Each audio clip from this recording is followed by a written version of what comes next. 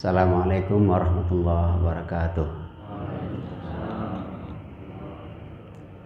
Alhamdulillah rabbil alamin. Wa bihi nasta'in ala umuri dunya waddin. Wassalatu wassalamu ala asyrafil anbiya'i wal mursalin sayyidina Muhammadin wa ala alihi wa sahbihi ajma'in. Pak Ibu, tadi malam sudah kita mulai masuk dalam surat Al-Baqarah. Baqarah itu artinya sapi betina. Diambil nama itu dari salah satu ayat yang mengisahkan tentang sapi betina. Yang nanti kita akan sampai sini, insyaallah. Dimulai dengan alif lam mim. Alif lam mim itu hanya susunan huruf. Kalau kita baca, dia tidak ada arti. Nah, masuk dalam kalam, kalimat. Yang dikatakan kalimat itu apa? Al-kalam wal lafzul mufidu bil wadi. Ya. Kalam itu yang katakan kalimat, satu lafaz, kata-kata yang tersusun, yang ada maknanya. Jadi kalau ada orang berkata-kata nggak ada makna, dia tidak berkata namanya. Makanya dalam Al-Quran ada beberapa ayat kepala surat yang seperti itu. Oleh ulama tafsir disebut dengan itu ayat lafaz yang muqatta'ah. Muqatta'ah itu artinya lafaz yang lafaz-lafaznya terputus-putus. Umumnya ulama tafsir mengatakan, mengartikan ayat-ayat yang masuk alif lam mim qaf ha ya ain sad kaf ha ya ain sad yasin segala macamnya itu disebut dengan muqatta'ah, dan itu diturunkan oleh Allah hanya orang-orang tertentu saja yang paham makna itu. Ya, orang yang hatinya sudah bersih dan dia mendalami Al-Quran itu dengan sesungguh-sungguhnya. Nah, makanya umumnya ahli tafsir mengatakan Allah a'lam bimuradih, Allah yang tahu. Tetapi sebagian ulama tafsir lagi mengatakan bahwa tidak mungkin Allah menurunkan ayat tanpa ada yang bisa dipahami oleh manusia. Maka menurut mereka selalulah bacalah. Ya, dan kita seperti kita katakan kemarin, ketika membaca Al-Quran hati kita kumpulkan, tidak ada cabang-cabang. Lama-lama itu muncul pemahaman, walaupun pemahaman kadang-kadang pemahaman itu tidak bisa kita jelaskan dengan mulut, tapi kita paham. Itu yang dikatakan Al-Quran sudah memancarkan cahaya hidayahnya kepada kita. Makanya selalu diulang-ulang baca Al-Quran. Dzalikal kitabu, kitab itu Al-Quran ini maksudnya hudal lil muttaqin, menjadi petunjuk bagi orang yang takwa. Nah, kemarin sudah kita jelaskan juga bahwa takwa itu adalah sebenarnya dari segi bahasa wiqa, ya. Takwa itu artinya adalah penjagaan, menjaga diri. Muttaqin itu orang yang senantiasa dia menjaga dirinya terus. Dia takut sekali akan berbuat syirik. Jangan sampai ada perbuatan syirik dalam dirinya. Syirik yang paling kecil itu apa? Riya. Artinya kita beribadah kepada Allah tapi ada unsur mencabang dapat penghargaan dari orang, dari manusia lain. Itu namanya syirik. Syirik juga itu. Makanya tidak mudah mendapatkan titik takwa. Tapi dia takut sekali untuk berbuat syirik, makanya senantiasa dia perbaharui imannya terus. Ya. Allah. Ingat terus. Yang kedua, takwa itu artinya juga orang muttaqin itu artinya orang yang takut sekali dia akan dapat hukuman dari Allah. Takut betul dia. Kita waktu kecil, ya, kepada orang tua kan takut sekali, ya. Takut kita Kalau nampak sama orang tua kita melakukan perbuatan yang tidak benar. Tapi orang tua bisa ditipu, bisa bisa dihindari, kita sembunyi. Tapi dengan Allah nggak bisa begitu. Kenapa? Kita yakin bahwa Allah melihat terus kemanapun kita pergi. Walau kuntum fi burujin musyayyadah. Sekalipun kalian berada di benteng yang sangat kokoh. Semut yang hitam yang berjalan di batu hitam di tengah malam yang kelam nampak oleh Allah. Tahu. Makanya ketika itulah orang-orang takwa itu orang yang senantiasa menjaga dirinya. Tidak sampai melakukan perbuatan yang dilanggar dan dilarang oleh Allah. Orang takwa juga sebaliknya orang yang selalu mendorong dirinya untuk selalu melakukan perbuatan yang disuruh oleh Allah. Karena dia yakin Allah melihat itu. Jadi dipeliharanya dirinya terus tidak berbuat yang dilarang, tetapi hatinya selalu terdorong untuk melakukan perbuatan yang disuruh. Takwa. Nah, kemudian disambung dalam surat itu, alladzina yuqimunas shalah wa mimma alladzina yu'minuna bil ghaibi, kemarin sudah kita jelaskan. Ghaib itu sedikit baru semua hal yang enggak nampak di mata, semua hal yang belum terjadi yang kita tahu itu ghaib. Kita enggak tahu akan apa terjadi sebentar lagi, kita enggak tahu, itu ghaib. Tapi dia ada. Siapa yang tahu? Allah yang tahu. Ketika kita tidak tahu apa yang akan terjadi, maka kita selalu berlindung dengan Allah dari hal-hal yang tidak kita ingini atau berbahaya, membahayakan diri kita dan membahayakan kita. Tahu kita apa yang terjadi. Ya.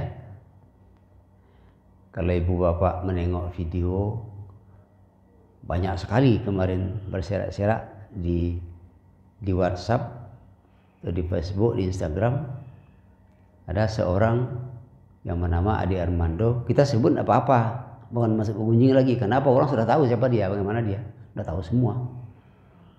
Dia tidak mengira, dia merasa hebat sendiri, seperti orang dekat dengan penguasa macam-macam. Dia pergi demo. Ya, tidak tahu dia ada satu gaib bahwa dia akan dihukum oleh massa di situ. Tahu orang kalau itu Armando, tanpa disuruh merekomendoi orang langsung serang, wujud nak mati. Tapi satu hal yang kita lihat di situ, Allah nampakkan di situ hukumannya. Ya. Kalau dipukuli orang mungkin tidak apa-apa, tapi kalau ditelanjangi orang dekat orang yang ramai betul, itu malunya nggak bisa. Itu kalau punya malu, ya, kalau punya malu. Tapi itu Allah telah memberi persekot hukuman untuk orang yang menghina agama Islam. Tidak tahu, itu gaib, ya. Makanya kita kemana pergi, begitu berangkat dari rumah, kunci pintu, Bismillahirrahmanirrahim, la haula wala quwata illa billah. Kita bertawakal kepada Allah. Ya, dalam hadis Nabi dikatakan orang yang membaca doa itu berangkat dari rumah, ketika itu malaikat menjaga dia kemana dia pergi. Jaganya. Ini orang ini nggak ada doa sama sekali. Ya. Kemudian itu namanya takwa secara harfiah dan secara maknawi disambung oleh tadi. Yakin dia yu'minuna bil ghaibi. Kemudian wa mimma razaqnahum yunfiqun. Alladzina yu'minuna bil ghaibi. Apa lagi? Wa yuqimus shalah wa mimma razaqnahum. Mereka mendirikan salat. Dalam ayat dikatakan yuqimu. Qimu itu berasal daripada kata aqamah. Qama itu berasal dari kata qama. Qama itu berdiri. Tapi kalau aqamah atau iqamah mendirikan. Mendirikan apa? Mendirikan salat. Perlu dipahami kenapa kita dikatakan salat saja atau mengerjakan salat. Kenapa disebut dalam ayat itu mendirikan salat? Mendirikan salat itu secara utuh tegak di diri kita kemanapun kita pergi. Maka kemarin sudah kita sebut juga bahwa ya mengerjakan salat fardu terutama itu adalah berwaktu, kitaban mauquta. Tetapi salat itu sendiri adalah istimrar, daim. Ya, dawam. Apa arti dawam? Salat itu berketerusan. Taruh aja salat. Tidak mengerjakan tapi terus artinya berdiri. Kalau salat sudah berdiri di diri kita, makanya kita pergi kemana pergi salat. Inti salat apa? Aqimi salata lidzikri, ingat Allah. Artinya apa? Orang yang terus salat itu sesudah selesai mengerjakan salat, kemanapun pergi Allah ingat. Nah, kalau diartikan, dilihat dari segi makna harfiah, as-salah itu adalah isim yang namanya dalam ilmu nahwu dimakrifahkan dengan alif lam. Artinya satu lafadz yang dia adalah satu kata tunggal, kalimat tunggal atau mufrad. Tapi dalam kalimat tunggal itu semua yang namanya salat masuk di situ. Qimis salat. Ya, sebagian puasa mengatakan termasuk juga salat bukan hanya salat wajib, salat sunat itu.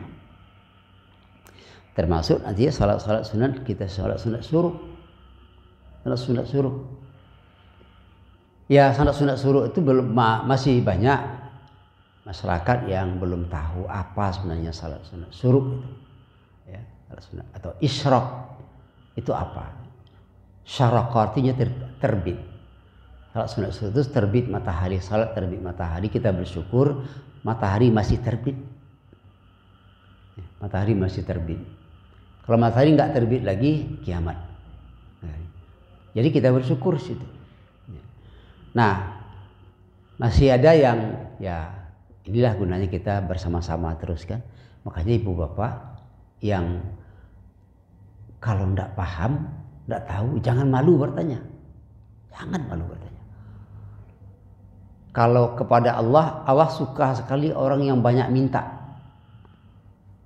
Allah tuh nggak sama jawab. Kalau banyak tanya, memang panik dan jawab. kan gitu banyak ada tanya ngomong itu. Aduh, lawak orang banyak tanya, wah angku siap banyak tanya hati lang pada jasa leh. Jadi ada orang bertanya, saya nama nama Pak Den, nama mak Pak Den Mamat Tangkeh, tidak, saya nama awak berdua. Itu lebih bingung orang buat katanya leh, ini petugas sensus kok. Jadi katanya saya nama bapak, kecilnya bapaknya, kecilnya saya nama awak berdua. Asyana musinan itu betul leh. Asinan 5. Banyak ditanya. Asinan 5. Pajana bertanya, kok masih muda nih ditanya, kok orang gaek. Nanti lebih bingung pejago.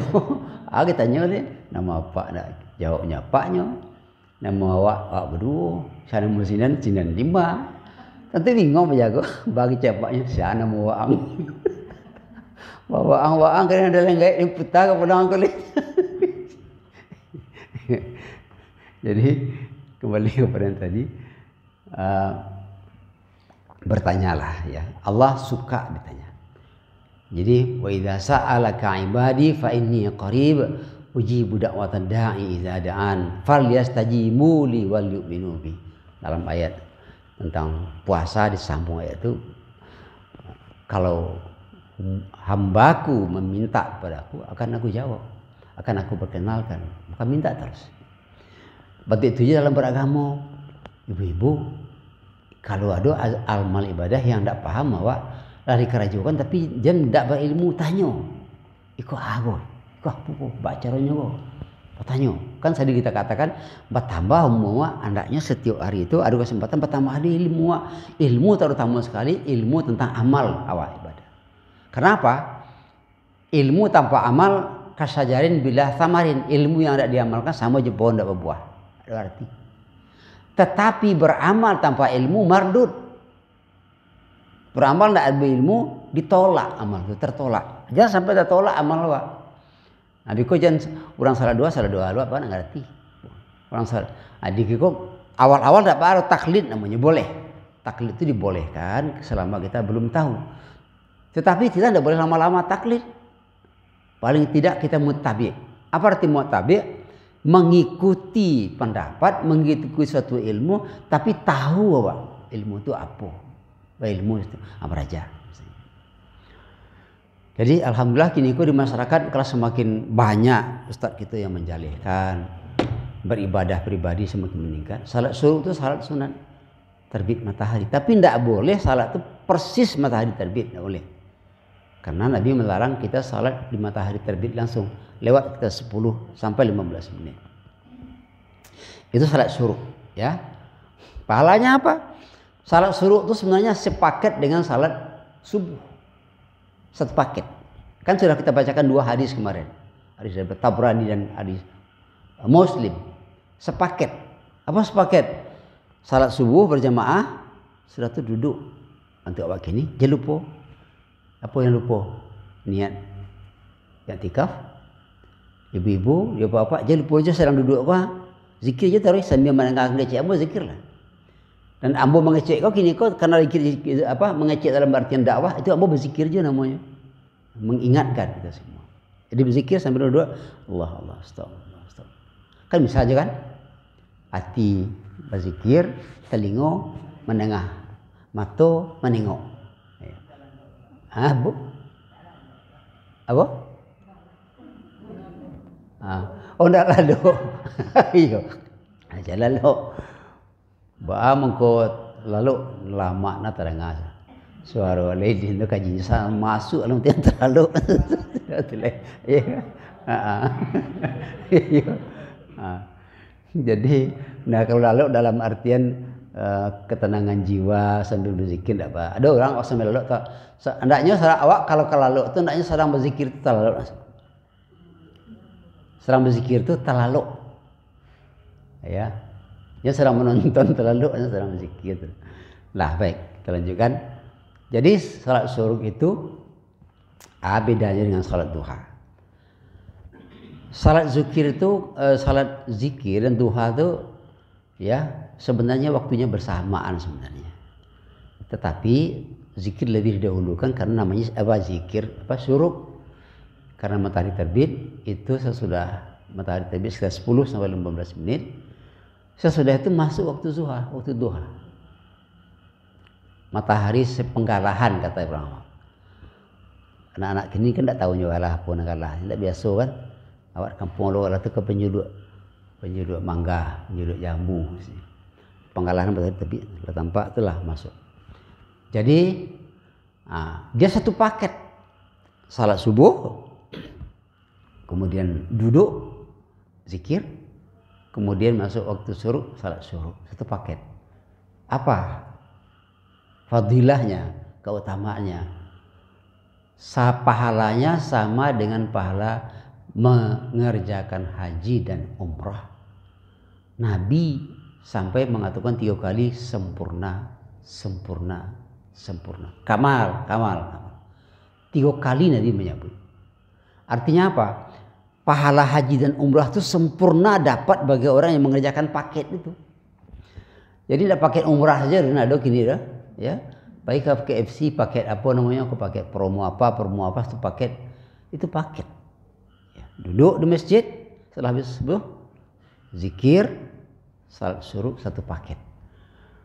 Bayangkan kalau tiap hari ya misalnya selama Ramadan 30 kali haji, 30 kali umrah. Tapi bulan Ramadan 30 kali 70 kali. Berapa tuh banyaknya? 30 kali 70 berapa? 2100.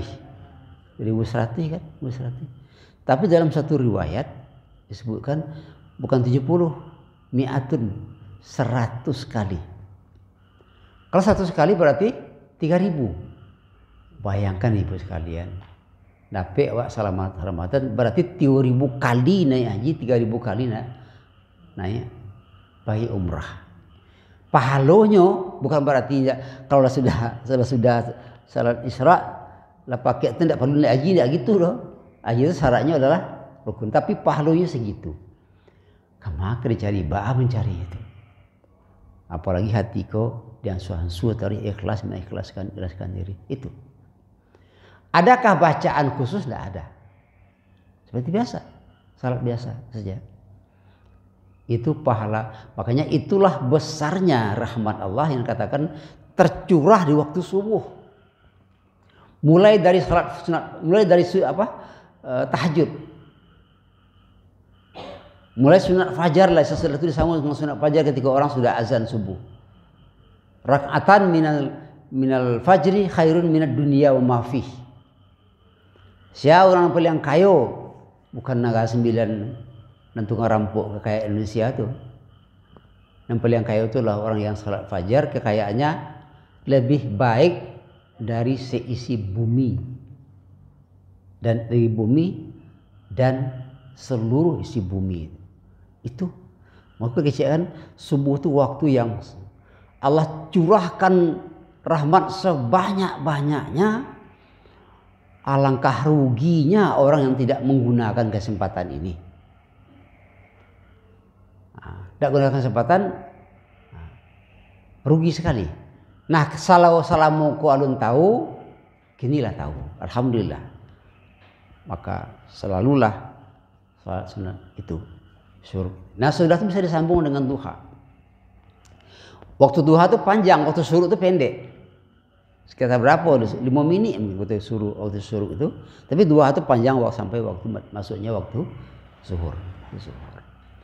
Ya, bolehlah kita sudah salat duha. Kalau dikatakan tadi saya sudah syuruk, itu masuk duha sudah masuk. Boleh. Ya. Jadi begitu. Bapak Ibu sekalian, kembali kepada yang tadi. Nah, orang yang takwa tadi, orang yang selalu menjaga dirinya, yang pertama tidak masuk ke dalam zona yang dilarang Allah dan selalu berada di zona yang disuruh oleh Allah. Jadi Shiratal Mustaqim, orang yang takwa itu tidak keluar daripada jalan Shiratal Mustaqim itu. Kalau jalan tol kabarnya tanggal 21 akan terbuka jalan tol ke Bangkinang. Ya kan? Bantu Allah kancangnya besok ke Bangkinang, mungkin sekedar 10 menit atau 5 menit, tak tahulah sudah itu, ya. Tapi akan dibuka. Nah, orang yang jalan tol itu, Shiratal Mustaqim itu, orang yang takwa, dia senantiasa menjaga dirinya, senantiasa ada dalam jalan itu, dalam Shiratal. Dan dijaga dirinya jangan sampai keluar meleset. Jangan lengah. Itulah orang sesat itu. Takwa. Terus menerus barik itu, ya, biasa-biasa barik tapi lama-lama ringan. Sama ya jago subuh kan. Siapa mungkin saya jago subuh itu tidak barik. Kalau tidak latih, dilawan. Nah, kelamaan tanpa dibangunkan dah jago seorang saja. Terbiasa lalu terbawa-bawa. Mudah-mudahan kita menjadi orang yang mukhlas dalam itu. Bapak Ibu sekalian, jelas terasa sekali bahwa rahmat Allah ada di waktu subuh. Pergunakan zikirnya, salat fajarnya. Kalau biasa subuh itu sebelum salat, kalau kita bangun jam 4 kan masih ada salat tahajud. Nah, gunakan. Pertama dulu apa? Sunat wudhu dulu. 2 rakaat saja. Kemudian salat taubat. Baru salat tahajud, setelah itu witir. Nah, kalau banyak salat, kalau panik segala macam, salat witir, kurang-kurang witir itu rakaat. Jadi lama sudah tuh. Kalau Nabi apa? Nabi kebiasaan beliau kan salat tahajudnya kira-kira jam 2 malam. Sesudah itu beliau tidur sebentar. Tidur. Kan tidur Nabi itu ada 3 macamnya. Namanya tidur yang pertama tidur istirahat, itu tidur lalu malam. Kemudian tidur waktu kailulah. Waktu kailulah itu menjelang salat zuhur. Mengolek agak setengah jam. Ternyata itu sehat sekali menurut dokter. Jangan lebih setengah jam, awak mau 2 jam lalu. Apa karuh itu kan? Nah, jadi misalnya jam-jam setengah 2 balik. Lalu tak setengah jam. Kalau dapat lalu tu jangan dikasih. Jadi lapik jangan melambung ke lapik aja pet jago kan. Kalau dikasih kedingin terasa kau dia bayar duit lu lah selesai tu. Lalu tu zuhur kan. Jadi peniat. Tapi niat tu apa?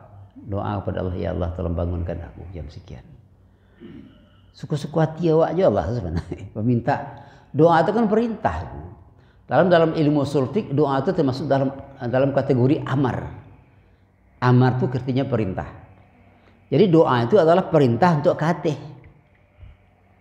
Ya, itu namanya amar. Doa, ya Allah tolong bangunkan aku, bangun. Memang Allah tuh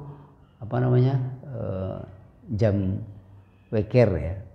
Ya bisa Allah kabulkan itu. Jadi banyak sekali. Jadi salat wudhu, salat taubat, salat tahajud, kemudian witir. Kalau istirahat sebentar, tapi hati-hati. Kalau istirahat sebentar lalu waktu subuh lewat, ya kan? Jadi lalu tidur yang untuk menjaga itu jangan tidur di kasur. Kalau Nabi tidurnya dia sejadahnya sendiri habis salat tahajud itu. Terus coba ya. Kalau lalu ada sejadah tak lama lalu capek aja gua pada waktu. Tapi kalau lalu di kasur,